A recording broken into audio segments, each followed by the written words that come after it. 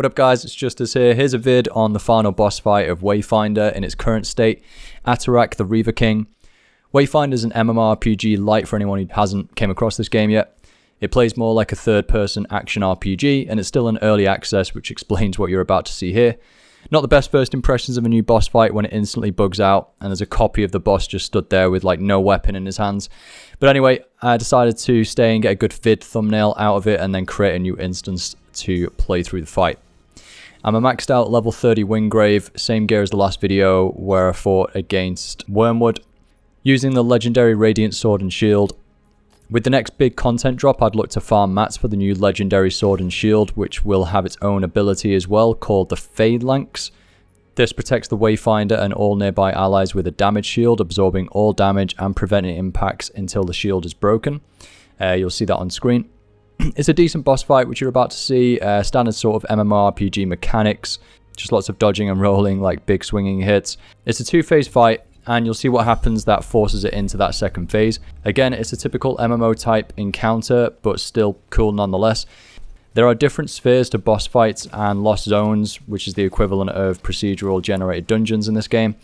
And so it can be a much harder fight. You need to complete the first sphere, that then unlocks the second sphere, where you have to then add imbuments, which are like sort of affixers. Once you add those affixers, it then unlocks future spheres once you defeat that dungeon or boss with the imbuments applied. So basically, it'll just have high HP, deal more damage to you and your allies. And the affix on top of it could be something such as a burning affix or a chaos affix, where they could go into berserk mode at 50% HP remaining. I did have two ranged people on my side using ranged weapons. They seem to be completely overpowered in this game at the moment, much stronger than melee type. So if you are interested in picking this game up and want to just deal tons of damage, then yeah, ranged weapons seem to be pretty overpowered. But I reckon they'll get nerfed before the main game is released later this year. Before the full game is released later this year when it goes out of early access. Kairos is also a really high damaging hero right now, and he does technically use melee, so yep, there is that. Each character can use like a different weapons though in this game, but there tends to be certain weapons that are more attuned to a certain character, such as Wingrave. He's like a tank class, therefore the sword and shield kind of weapon gameplay really complements the abilities of Wingrave. It was a decent enough quest line as well. It's about 4 hours worth of content max as an update to reach and complete the final battle against Atarak the Reaver King. The gameplay is on point on this game, which is one of the main reasons why I sunk around 60 hours into it. I just like games that have good feeling combat. This does have that. So the combat feels smooth and fluid with a bit of intricacy with how you use your light, heavy and special attacks to form combo attacks. These combo attacks charge up your Q ability, which is specific to the weapon you are using. There's a ton of standard and different fantasy weapon types in this game, such as sword and shield, roguelike daggers, big two-hander great warrior swords, and ability-powered scythes, alongside Overwatch Fortnite-looking range weapons, shotguns, etc. So there's a lot of variety. There's probably something for everyone with this game if you're into MMORPGs.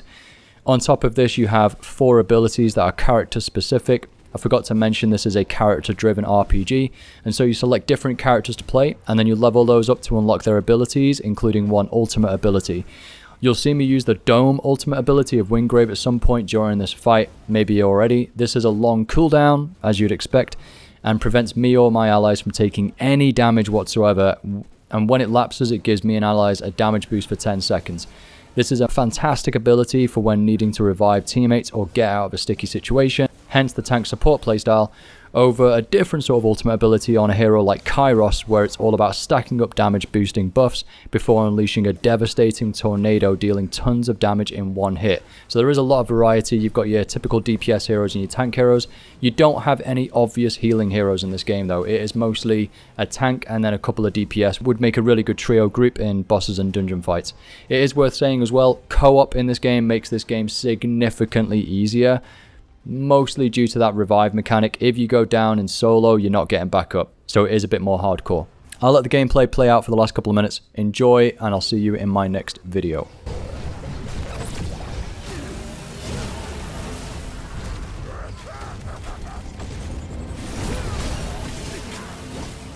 You won't get through me.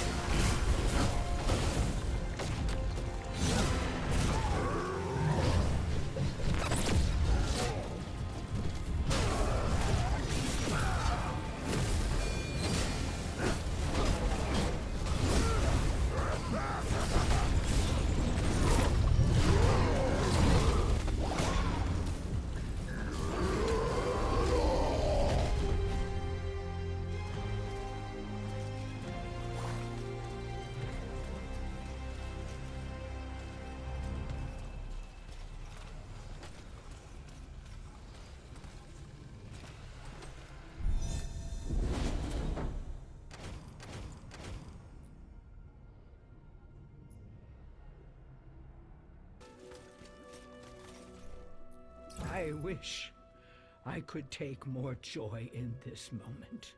My people tended the heart for I will know who defile. This is my sole purpose now. Anyone who oh no. Let her go, you saved us all. The link in the hollow heart will linger. And we'll have to be sure to who led the attack.